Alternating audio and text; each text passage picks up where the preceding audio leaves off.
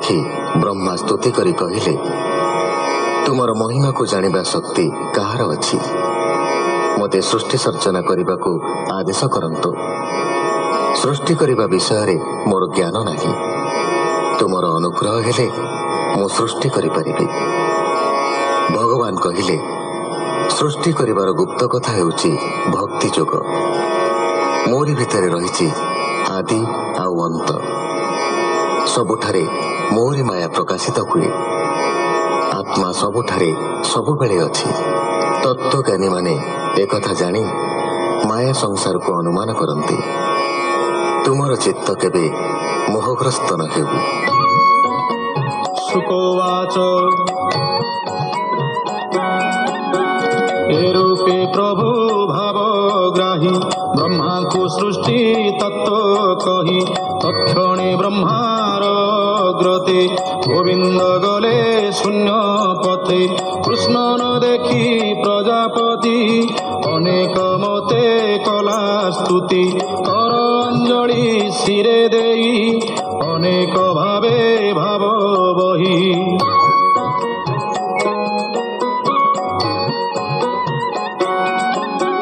विश्व सर्जिला विष्णु तेजे पूर्वर प्राय नाना बीर्जे से प्रजापति धर्मपति जम नियमे देला मति प्रजा कल्याण चिंता करी आत्मा रहित मने धरी ब्रह्मार समाधि निश्चल देखि नारद मुनिवर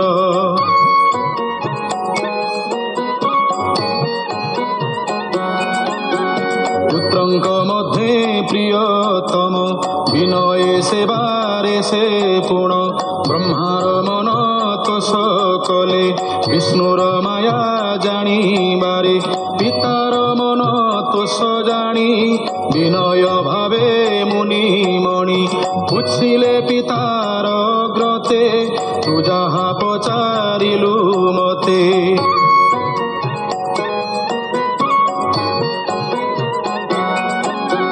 नारद वाक्ये वेदवर हरि महिमा गोचर जेते कहिले सृष्टि अर्थे मायार महिमा जे मन्ते जानिबा अर्थे महामुनि कहि विधाता हेले तुनि ब्रह्मा नारद प्रश्न जेते कहिली तोर ग्रते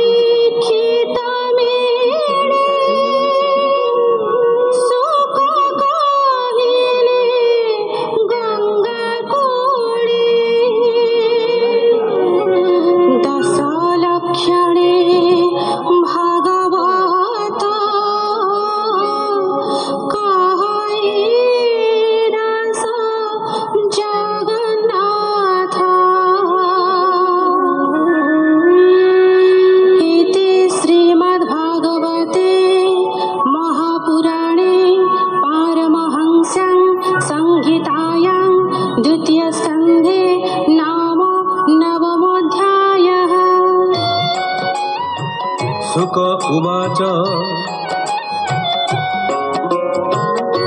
मुनि कहन्ति राय शुण ए भागवतर लक्षण दश प्रकारे भाव चिंती पुराण पुरुषे बोलंती ताहा कहिबा एके एके प्रस्तावे तोहर सम्मुखे स्वर्ग विसर्ग जेबा स्थान पोषण उति परिमाण जे मनंतर ईश कथा निरोध मुक्तिर व्यवस्था आश्रय मिशी दश गुण ए भागवतर लक्षण